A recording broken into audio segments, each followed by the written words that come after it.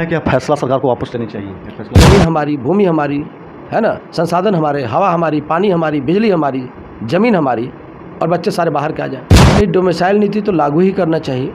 वही तो बताए, एकदम से आप ब्लॉक नहीं कर सकते, 100% दे सकते हैं। 100% ब्लॉक नहीं कर सकते कि फिर कि हम भी तो दूसरे स्टेट में जॉब करने जाते हैं। हमारे रेलवे में देख लीजिए, सारे एकदम से ब्लॉक करिएगा तो अनकॉन्स्टिट्यूशनल हो जाएगा। योग्यता पर प्रश्न बिहार में नहीं लगाया जा सकता।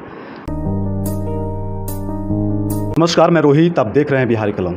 अभी हम गया में हैं और गया ज्ञान IAS एकेडमी में हैं। हमारे साथ बातचीत करने के लिए ज्ञान सर भी मौजूद हैं। शिक्षा की जो हालात है बिहार में कुछ दिनों से आप देख रहे होंगे, शिक्षक भर्ती को लेकर, एजुकेशन पर जो स्थिति, जो वर्तमान स्थिति है, आंदोलन हो रहे हैं, हर तरह से बातें हो रही है, विवाद चल रहा है। आज बातचीत करने के लिए ज्ञान सर हमारे पास हैं। सबसे पहले तो सर बिहारी कलम प्लेटफॉर्म पर आपका बहुत बहुत स्वागत। बहुत बहुत धन्यवाद रोहित जी, और आप इतनी दूर पटना से चलकर गया में आए हैं, इसके लिए बहुत बहुत धन्यवाद आपको, पूरे चैनल टीम को, बिहारी कलम को, और इसके जितने भी श्रोता हैं इनको सबको बहुत बहुत अभिनंदन है कि ये लगातार बिहार के लिए रोहित जी काम कर रहे हैं। और जिस तरह से नाम इन्होंने रखा है बिहार कलम, तो बिहारी कलम, तो उसमें जिस तरह से पटना कलम है, ये आर्ट एंड कल्चर का भी चीज़ है। सकारात्मक सोच को लेकर ये उपस्थित हुए हैं, ये हम लोग के लिए बहुत बड़ी बात है कि शिक्षा से को मोटिव बनाकर लगातार न्यूज़ और बिहार के छात्रों और उसके भविष्य को लेकर काम कर रहे हैं। बहुत ही सराहनीय कदम आपका है। एक बार फिर से आपका हम धन्यवाद ज्ञापन करते हैं। क्योंकि कलम से ही परिवर्तन होता है, तो चैनल का भी उद्देश्य है कि बिहार का परिवर्तन हो, खास करके शिक्षा में आज बातचीत होगी। सबसे पहले बिहार शिक्षक भर्ती को लेकर सरकार का नया फैसला आया है कि अदर स्टेट के लोग, पहले की क्या जो फैसला था, पहले का बात था कि बिहार में शिक्षक को लेकर दूसरे स्टेट के लोग अप्लाई नहीं कर सकते हैं, लेकिन इस बार जो फैसला आया है उसमें अदर स्टेट के लोग भी अप्लाई करेंगे। तो शिक्षक अभ्यर्थी लगातार धरने दे रहे हैं, आंदोलन कर रहे हैं कि नहीं, ये हमारे साथ गलत किया जा रहा है। इस पर आप क्या कहेंगे? देखिए, जहाँ तक इस वैकेंसी की बात है, 2-3 मूलभूत चीज़ें गलत हुई, जिसको पहले तो इस पर विचार करना चाहिए था। और नोटिफिकेशन निकालना, बहुत जल्दीबाजी में नोटिफिकेशन निकाला गया, और शायद ये इसमें लगातार 10-11 संशोधन हुए, जिससे पूरी तरह से परीक्षार्थियों के बीच में एक कहीं ना कहीं कन्फ्यूजन की स्थिति रहा। और जब किसी चीज़ को आप मान लीजिए कि आप 100 मीटर का रेस को घोषणा करते हैं कि 100 मीटर का रेस है, और जब बच्चे 100 मीटर की रेस की तैयारी करना शुरू करते हैं, तब तक आपने कहा कि 200 मीटर की रेस है, फिर लास्ट में आप जाके कह रहे हैं 400 मीटर की रेस है। तो आखिर में इतनी बड़ी कन्फ्यूजन की स्थिति में एक बेरोजगार युवक को किस प्रकार से पीड़ा होती है, इसको समझना पड़ेगा। जहाँ तक रह गई बिहार में इस वैकेंसी के लेकर, निश्चित रूप से 1,70,000 भारत की सबसे बड़ी वैकेंसी है, तो इसके लिए तो धन्यवाद ज्ञापन था सरकार को कि उन्होंने बहुत सराहनीय कदम उठाया। लेकिन कदम उठाने के बाद जिस तरह से प्रोसेस को अपनाया गया, कहीं न कहीं उसमें बहुत बड़ी खामी रही। बिहार एक पिछड़ा राज्य है।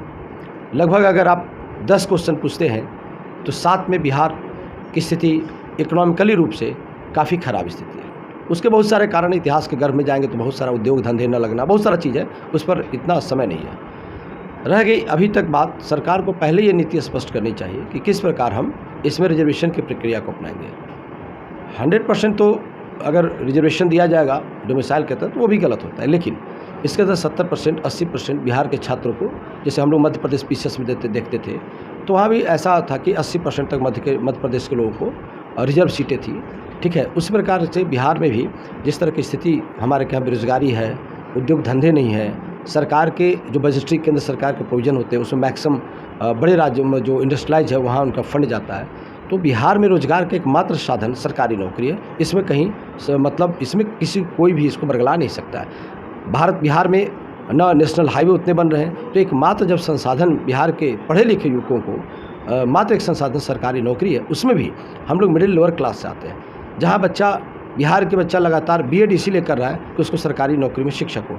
BEd कॉलेज यहाँ भरे पड़े हैं, सारे को हाउसफुल चल रहा है, एडमिशन नहीं हो पाता है। तो एक जो लंबे समय से परीक्षार्थी, आज 4 साल से वैकेंसी है, तो ये पीड़ादायक है। तो मांग जायज़ है, मांग जायज़ है, पीड़ादायक भी है। और मैं इसमें समर्थन करता हूँ कि कम से कम बिहार के छात्रों के लिए सकारात्मक चीज़ें सरकार लाए। बहुत पीड़ादायक है। अगर मान लीजिए कि हम अगर छात्र रहते उस समय के, तो क्या क्या मेरे मानसिक स्थिति पर गुजरती, मैं ही समझ सकता था। बहुत पीड़ादायक है। शिक्षा मंत्री कह रहे हैं कि हमारे यहाँ के बिहार के अभ्यर्थी या छात्र मैथ और साइंस में कमज़ोर होते हैं, जिसके कारण दूसरे स्टेट से हम अभ्यर्थी शिक्षक लाना चाहते हैं। देखिए, शिक्षा मंत्री का जो बयान था उसके 2 पार्ट हैं। उन्होंने एक चलते चलते इस बयान को कहा। दूसरी चीज़ है कि ऐसा नहीं कि हमारे के यहाँ जब आईएएस में first rank second rank Bihar के हो सकते हैं लोग, आईआईटीएन टॉपर हो सकते हैं, लगातार टॉपर हो सकते हैं। हमारे मुख्य सचिव भी आईएएस का अपने ज़माने के वो फर्स्ट रैंकर थे। तो इस पर तो कोई प्रश्न चिन्ह ही नहीं उठाया जा सकता है। ज्ञान की भूमि है, बुद्ध की, महावीर की, गांधी की, तो सबकी भूमि रही है। तो योग्यता पर प्रश्न बिहार में नहीं लगाया जा सकता। किस संदर्भ में, किस जल्दीबाजी में कहा, किस प्रेशर में कहा, इसको तो वही बता सकते हैं। लेकिन जहाँ तक अगर सरकार को लग रहा था कि अब प्रधानाध्यापक का एग्जाम्पल अलग है, उसमें लोग समझ नहीं पाए। और इसमें तो अगर आपको लगता है कि अगर आगे इसका मान लिया कि सरकार करे, तो मान लिया हम ये भी कह सकते हैं कि ठीक है, हम नॉन बीएड को भी वैकेंसी दे दें, ओपन कर दें, भर जाएगा, पूरे हिंदुस्तान की सीट भर जाएगी। तो और ऐसा नहीं है, हमारे के यहाँ बहुत सारे सेक्शन हैं, बच्चे इंटेलिजेंट हैं और निश्चित रूप से जितना भी सीट निकालिएगा बिहार के लिए कम पड़ेगा। 2 लाख या 10 लाख भी निकल जाए तो भी कम पड़ेगा। शिक्षा पे तो हर साल बिहार में बजट आता है, लेकिन जो क्वालिटी एजुकेशन के लिए बात होनी चाहिए, काम होनी चाहिए, परिवर्तन होनी चाहिए, नहीं हो पाता है। शिक्षा को लेकर हमेशा बिहार से पलायन हो रहा है दूसरे स्टेट में, इसको लेकर देखिए, एक चीज़ मैं बता दे रहा हूँ कि वैकेंसी आ रही है, ठीक है ना। अभी 2 लाख टीचर की वैकेंसी है। बस गलती कहाँ हुई उस पर समझिए। गलतियों की बहुत जल्दीबाजी में इस पर कार्यक्रम शुरू हुआ। 4 साल की वैकेंसी थी और इस साल बहुत जल्दीबाजी में शुरू हुआ। हमारे क्या अभी बिहार पुलिस की वैकेंसी सब तरह से आ गई, लेकिन सबसे बड़ी बात है कि वैकेंसी को ईमानदार पूर्वक हो, भ्रष्टाचार न हो, ताकि लोगों को विश्वास रहे कि न बीपीएससी का क्वेश्चन आउट हो, बिहार पुलिस का न क्वेश्चन आउट हो, छात्रों को विश्वास रहे कि हम पढ़ेंगे तो एक भी स्टूडेंट का भ्रष्टाचार के चलते सिलेक्शन ना हो। क्योंकि देखिए, जितना मेहनत छात्र करता है ना, शायद ही बिहार के छात्र को छोड़कर दुनिया के कोई भी छात्र इतना मेहनत करता हो। सब कोचिंग इंस्टीट्यूट बिहार में शिक्षा के उद्योग की भांति फैल गया है। इतने शिक्षण संस्थान, इतने व्यवसायीकरण हो गया है। बच्चा वहाँ पैसा दे रहा है, घर पर पढ़ रहा है, ऑनलाइन पढ़ रहा है, ऑफलाइन पढ़ रहा है। तो कम से कम पढ़े लिखे नवयुवक जो बिहार में बचे हुए हैं, कम से कम उनको अपने राज्य की सेवा करने का मौका मिले, वो पलायन न कर पाएँ। और गुणवत्तापूर्ण बिहार तो पूरे हिंदुस्तान को गुणवत्तापूर्ण शिक्षा दे रहा है। दिल्ली की मैं एक एग्जांपल दे रहा हूँ। अगर आईएएस कोचिंग उठा लीजिए दिल्ली का, तो अगर 300 आईएएस के कोचिंग उठा लीजिए तो उसमें 250 कोचिंग बिहार, जिसके डायरेक्टर बिहार के लोग हैं। हर कोचिंग में टीचर जाकर देखिए, 10 में से हर 6 टीचर वहाँ का बिहार का है। तो सर, यहाँ पर प्रश्न तो उठता है कि बिहार में आखिर संसाधन या सरकार की तरफ से कोई व्यवस्था नहीं दी जा रही है, तब तक बिहार के छात्र दूसरे स्टेट में जाकर के आईएएस आईपीएस बन रहे हैं। हाँ, आपको तो प्रश्न है सर।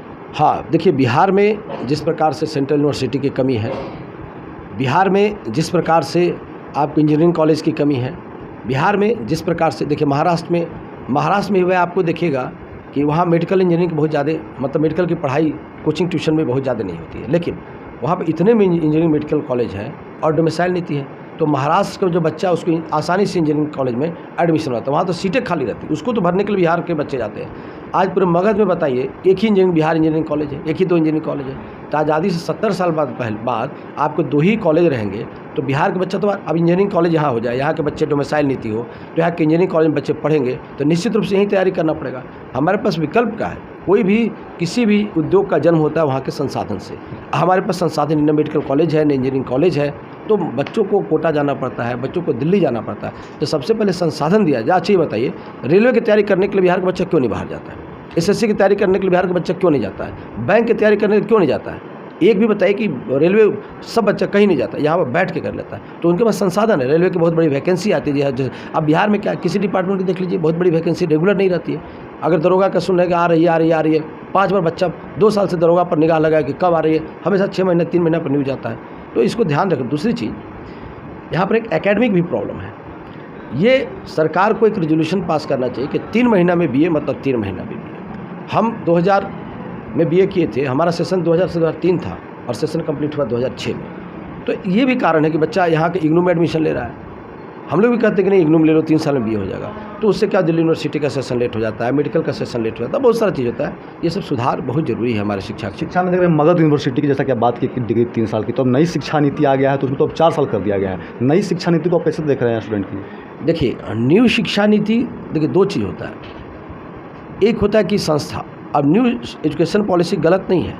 जैसे अब सेंट्रल यूनिवर्सिटी से बच्चा जो बीए कर रहा है, 1 साल में उसका बीएड भी कंप्लीट हो रहा है, तो अब 4 साल में स्किल तो हो गया उसके पास, पूरे हिंदुस्तान में नवोदय विद्यालय से, तो वो गलत नहीं है। उसके साथ पढ़ाई भी क्वालिटी हो रही है। अगर सेंट्रल यूनिवर्सिटी में अगर 4 साल में आज भी लोग फॉर्म भर रहे हैं और हाई लेवल के एग्जाम हो रहा है, लेकिन दुर्भाग्य है कि सेंट्रल यूनिवर्सिटी में बताइए बिहार के लिए कितने सीटों का रिजर्वेशन रखा गया है। ज़मीन हमारी, भूमि हमारी है ना, संसाधन हमारे, हवा हमारी, पानी हमारी, बिजली हमारी, ज़मीन हमारी, और बच्चे सारे बाहर के आ जाएँ, तो उसमें रोज़गार के भी अवसर कम हैं।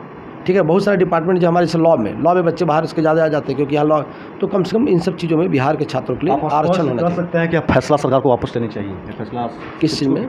जो डोमिसाइल नीति हटाया गया बिहार में शिक्षक भर्ती को लेकर के, यह फैसला सरकार का गलत है? नहीं, डोमिसाइल नीति तो लागू ही करना चाहिए। डोमिसाइल नीति अगर बिहार के संदर्भ में देखिए, हम लोग मान लीजिए कि एक लेवल पर आ गए हैं, तो अगर हम स्टूडेंट रहते तो हम क्या चाहते बताइए?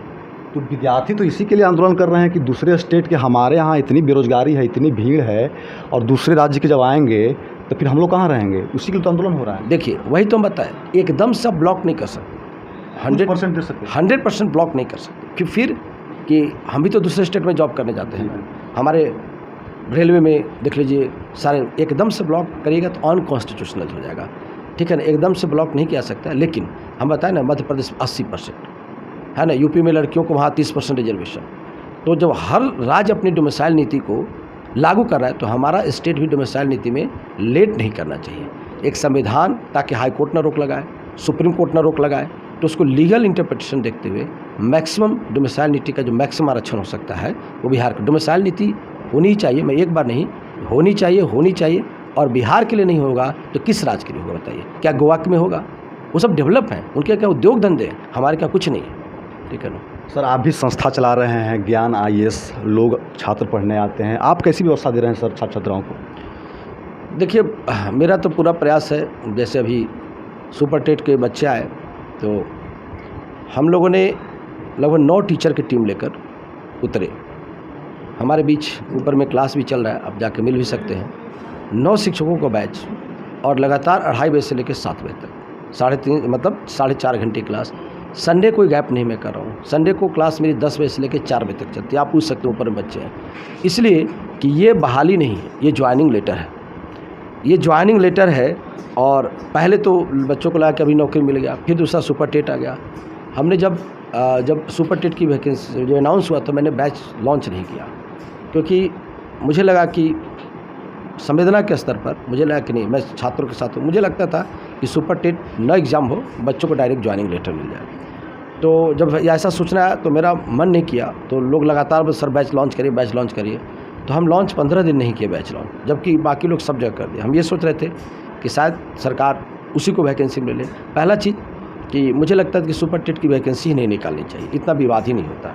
जो बच्चे पास थे उन्हीं से ले लेते, बहुत ज़्यादा संख्या तो थी नहीं, उन्हीं में से कोई कैटेगरी लिस्ट, मेरिट लिस्ट बना लिए होते। तो सुपर टेट की मुझे नहीं लगता था कि इस बार वैकेंसी लेनी चाहिए थी, उसी पर हो जाता तो ज़्यादा बढ़िया होता, इतना विवाद ही नहीं होता, सरकार इतना पचड़े में भी नहीं फंसती। ये सुपर टेट की वैकेंसी निकाल कर एक और नया विवाद हो गया। दूसरी चीज़ कि नियोजित शिक्षकों को, जहाँ तक मुझे लगता है कि 10 साल 12 साल सेवा कर चुके हैं, तो उनको मुझे लगता है कि जिस प्रकार शिक्षा मित्र को, तो नियोजित शिक्षक जो 10 साल कर चुका, उनको लगता है कि डायरेक्ट सरकार को प्रमोट कर देना चाहिए था राजपत्रित कर्मचारी के रूप में। आपके यहाँ से बच्चे रिजल्ट दे रहे हैं सर ज्ञान IAS से? हाँ, बच्चे तो हमेशा बहुत बड़ी संख्या में अभी रिजल्ट, अभी आपके सामने ऑडिटर के भी रिजल्ट निकाल बैठे हुए हैं। ऊपर बच्चे, अभी तो बहुत सारे बच्चे रिजल्ट है ना। और हम लोग तो पूरी तरह से सरकारी तंत्र सिस्टम को भी फॉलो करते हैं, जो प्रोटोकॉल है वो सब भी करते हैं। तो बच्चे चूँकि मेहनत करते हैं इसलिए रिजल्ट हो जाता है, और अच्छे बच्चे मेरे पास आ जाते हैं तो रिजल्ट। कोई कोचिंग देखिए, कोई कोचिंग संस्था रिजल्ट नहीं निकलवा सकती। बहुत बड़े बड़े लोग दावे करते हैं कि हमारे यहाँ से बच्चा पढ़ा, हम नहीं सिलेक्शन दिया। नहीं, जितना आप सिलेक्शन दिया उससे 5 टाइम्स असफल भी आपके यहाँ से बच्चे हुए हैं। जितना आपके यहाँ सफल होते हैं उससे 10 गुना असफल होते हैं। तो जो असफल, उनकी रिस्पॉन्सिबिलिटी कौन लेगा?